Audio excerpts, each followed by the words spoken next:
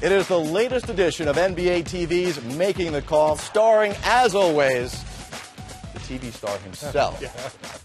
The NBA's Vice President of Referee Operations, Joe Borgia, with Dennis Scott. I'm Jared Greenberg. He's starting to like this TV thing. Yes, he is. I've heard he's got a fan club up in the Northeast. Yeah, my wife. Well, that's you got to start somewhere, Joe. As we have talked about in previous shows, we wanted you to get involved, and today is a perfect example.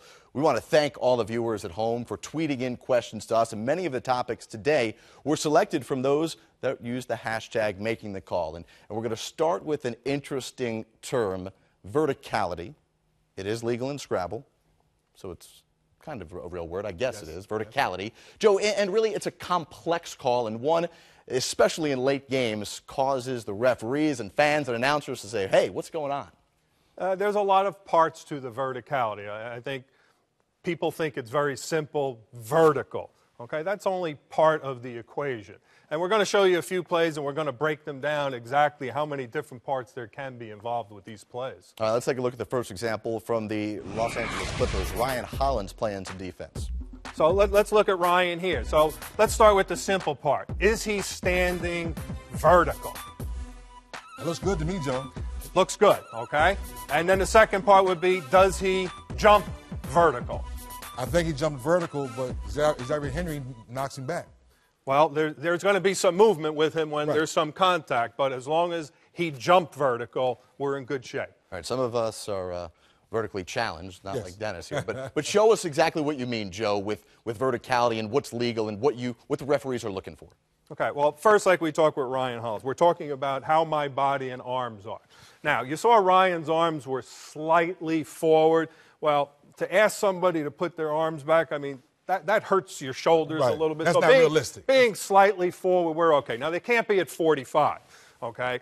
Because if you're at 45 and the player jumps up into your arms, that is going to be an automatic foul. And he has to jump straight up. He cannot jump side to side. That's the second part of verticality, okay? Jumping vertical means you jump and you land on the same spot unless you get knocked off it. So any player that sort of jumps forward, which a lot of them do when they're trying to block a shot, they jump forward or they're jumping slightly sideways into the path. And that's what makes it illegal. And there's a few other little areas that you have to take into consideration, like the restricted area and the start of the upward shooting motion. Okay. So if you're in the air in the restricted area, it's legal.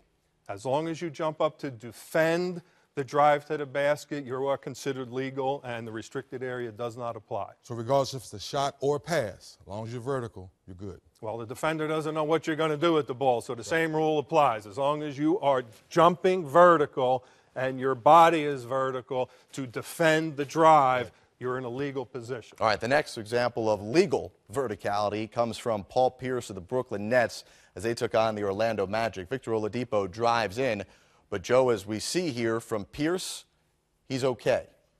Okay, let's take a look at it here, and we have it on screen here. So we got the drive to the basket. So we're looking again, when does Oladipo start his upward shooting motion? Is Paul Pierce at the position?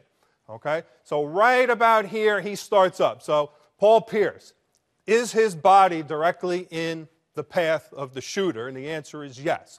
Even though he was slightly in the restricted area. The next area we're looking at, does Paul jump vertical? Okay, and I think from this angle, you're going to see Paul jumps relatively vertical until that contact comes, which knocked him over to the side and backwards a little bit. So that is a legal defensive play by Paul Pierce. All making sense to you? All makes sense. So as long as you go vertical, regardless if you're out, say in the mid post or the low post, you're legal. Anywhere on the court, as long as you are at the spot prior to the upward motion and you jump vertical, you're in a legal position, so it should not be a blocking foul. Now, you still have two other choices. You can have a no call or an offensive foul. Right. So there basically is three calls that you guys are looking to make, your officials. On block charges, we're looking at three calls.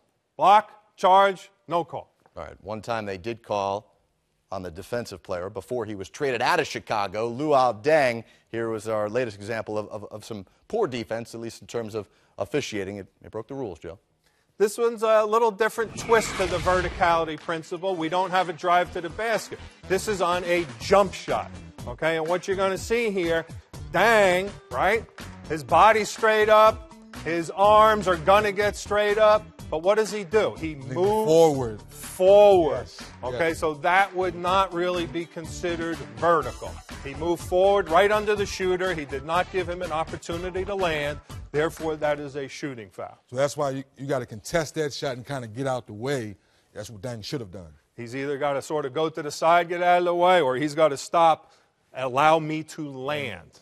And Joe, I think it's important, too, as fans, whether we're in the arena or watching at home, to watch the complete play, not just the beginning of what the defender does, because he may start legal but end illegal. We have a term in officiating, start, develop, finish. Okay, keep your air in the belly, watch the play from the start, watch it develop, and watch it finish, and then make a decision. Was the defender legal? Was the offensive player legal? And block, charge, no call. All right, we are just getting started here on Making the Call. Joe Borges is going to put us through the test throughout the entire program. And when we return, another topic chosen by the viewers on Twitter, traveling. And what the heck is this hop travel that everybody's talking about these days?